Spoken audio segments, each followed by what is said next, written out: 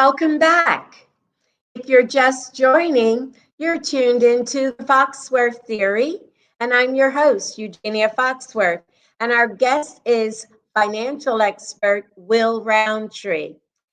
Now, Will, tell us about your first book, Credit is King, Transforming Your Credit into Royalty. How can this help one turn their credit around? Absolutely. So first of all, I would like to say that when I first wrote that book, I really had no intentions on writing a book. I had a good friend who owned a publishing company. He said, "Well, you should write a book." And I said, "Man, I don't know what to write about, you know." And so he said, "Why don't you write about what you know?"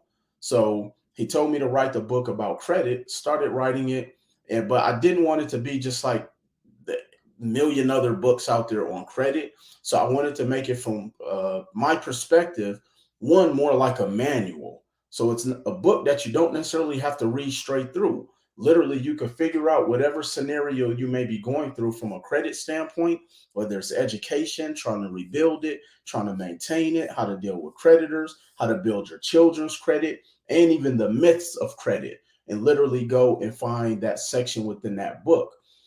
Secondly, I wanted to be able to have a book that was easy for people to read because one of the many things that I started to learn is that a lot of people get intimidated in the world of finance because of the big words and the jargon that most people, unless you're in a financial industry, don't understand. And so I actually wrote the book to where if an eighth grader picked it up, they would be able to pick up that book and actually read through it. And so I'm proud to say it's one of the top selling books in that space. I would have never imagined that that book would do that well because it was completely organic, and I'm truly proud of that work. And that's something that's going to live on forever. Yes, and it's well needed, believe me. Thank you. You have a unique way of reaching urban communities with your message about finance and credit. Tell us about your barbershop tours. Yes. So a few years ago, I started something called 50 Men. That doesn't exclude the women. That just, the title just stuck out. And so it was something that I started to understand that sometimes it's hard for people to go and seek information. One, because they may not know where to go. And so I told myself and I sat with my team, I said, why don't we go to where the people are at? And of course, in the Black community, the barbershops and the beauty salons are like, the mecca of our communities. I mean, usually your barber, your hairstylist is your doctor. They're your therapist. they're your money coach. And so I figured let's go to and meet the people where they are. So we would literally travel the country and just pop up in barbershops while they're cutting hair and everything. And not only teaching the barbers that they're entrepreneurs and teaching them how to be better stewards of their money, but also the clients who are in there. But then what started to also happen is that the clients or the parents with their children started to take interest in learning about the different things and we see that with this new wave with the millennials where they're starting to see the power of entrepreneurship.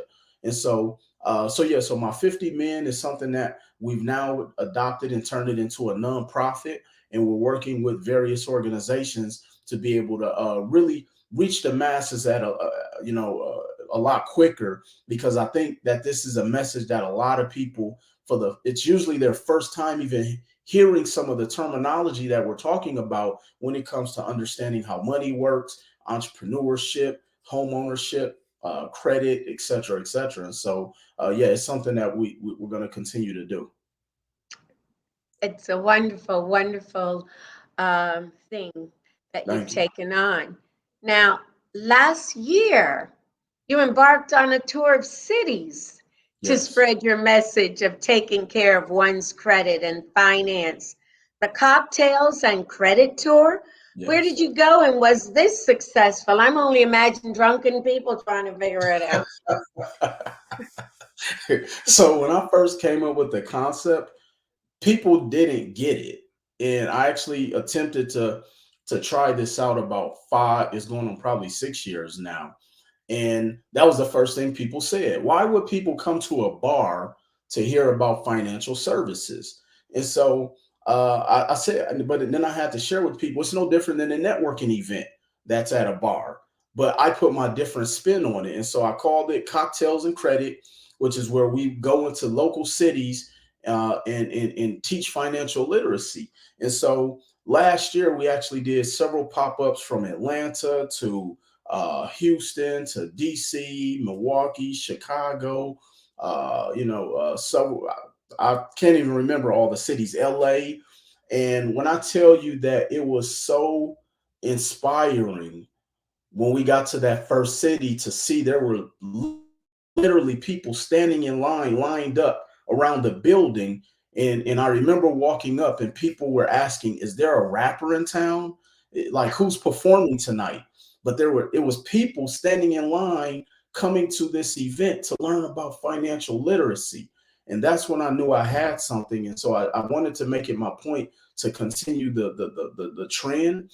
And it goes back to as well meeting the people where they are. And so we started to bring just our concept of education and a little bit of entertainment. We would have comedians that would open up. We would have other professionals in different industries come up there and speak. But the thing that really blew me away is that the event usually goes about 2 to 3 hours, and people were locked in for that entire time, and it wasn't straight through. Of course, we had a different spin on it, but I was truly excited about it. I actually trademarked the concept because, believe it or not, once people saw the success on social media, people actually started to try to steal the concept. So, like any great entrepreneur, I wanted to own my IP and own my own branding. So I trademarked it. And it's something that, I've been doing now going on. This was our third year last year. I love it. Love it. Now, you mentioned your nonprofit organization, 50 Men. You also have a mentoring program to help those in communities across the country. Can you share that with us, how you give back to people? Oh, yes. So one of the things I told myself is that, when I get in a position, I want to be able to give back. And it's something that I wanted to do because there's a saying that says, when you help enough people get what they want, you'll be blessed beyond measures. And so everything that I do is from a level of abundance of giving back. Because if I help, 10 new families purchase a home, I'll be blessed. One, because they're going to tell another 10 people, and the 10 people that each one of those 10 people turn into 100 people. So it was one of the ways for me to also to quickly grow my brand. And then secondly, again, I know we're not getting access to this type of information. They're not teaching this in schools. They're not teaching this in churches, in mosques. They're not teaching this at house, at home, at least not in our community. And so again, I wanted to just be able to let my creator use me because, as I often say, I'm merely just a messenger. Believe it or not, most of the time when I'm doing events and when I'm going into these buildings and speaking at schools, I have a lot of the times I don't even know what I'm gonna talk about. I just let the spirit lead me and I go based off of the energy. In some kind of way, it always seems to work out. And so my focus is really just being obedient to my journey. Uh, we're of the same cloth. Now, what inspired you to write Full Time CEO? The bleep they don't tell you. So first, let me talk about the title. So one day I was online and I was watching a radio internet show, and it talked about how when one of the gentlemen who was about to get ready to write his books, he said, "You know what? I wanted to put an expletive in there to catch people's attention." And so that's how I came up with the concept. But utilizing my title, full-time CEO, one, entrepreneurship is like the new thing right now. People are looking and wanting to become entrepreneurs, but nobody's really teaching people the unglamorized side of entrepreneurship. So that's where the stuff that they don't tell you, the clean version of the title, because nobody tells you when you are on a journey to become an entrepreneur, you will lose friends. You will lose sleep. You will lose money. You may even lose a relationship. Like there's so many different things that nobody's telling you. It's long nights. Matter of fact, you're typically working 3 to 5 times harder than you did on your 9 to 5. But it's about just staying the course. It's about learning different principles and it's about learning different concepts. But more importantly, your mindset has to shift. You are no longer trading time for dollars. You can work 3 months and may not get a paycheck. And you have to be mentally prepared for those things. And so my book, Full-Time CEO, often says it's something that's going to prepare you. And so when I wrote the book, I also used my story and my journey and talked about my ups and downs from being sued to losing everything twice and quitting corporate America twice. Like, so I really just hope that one thing in that book can resonate and inspire someone.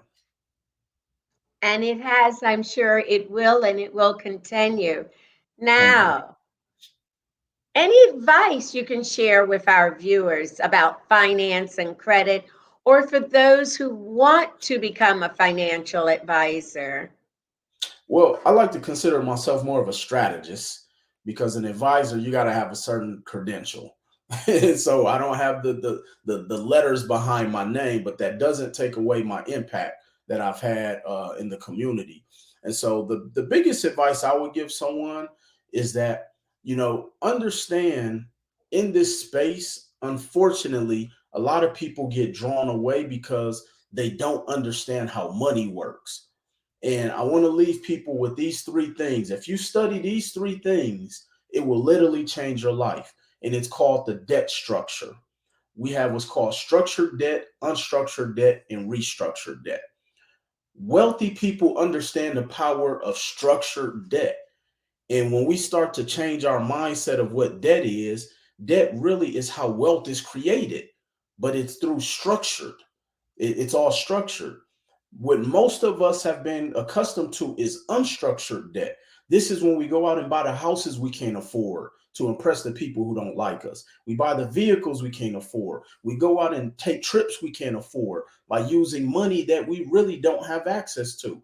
And so once we understand these debt structures, it gives you a different perspective and then really start to understand concepts, and that there are concepts that wealthy people have mastered, which is why you have the haves and the have nots. And so once you understand that, I promise you, your life will never be the same. I know, but I have another thing to say to you, but I want to ask you these most important questions Yes. because this is something that people need to know. What's next for Will Roundtree? Oh, wow. So one of my goals that I have as a that's a catalyst that keeps me going every day is to be able to put together a curriculum to go into institutions.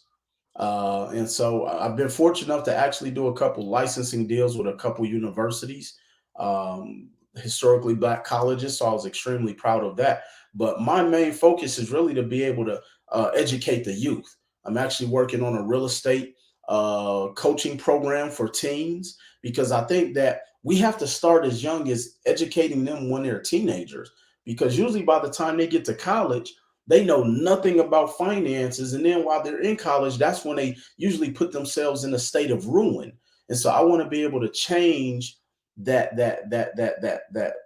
theory or that mechanism to helping them to understand this at a young age. So one of my big bodacious goals and dreams is to be able to have a curriculum throughout North America that will teach people about finances, credit, real estate, entrepreneurship, business, and all of these different concepts. Okay, so how can people follow you or find you online? Absolutely. So they can reach me at Mr.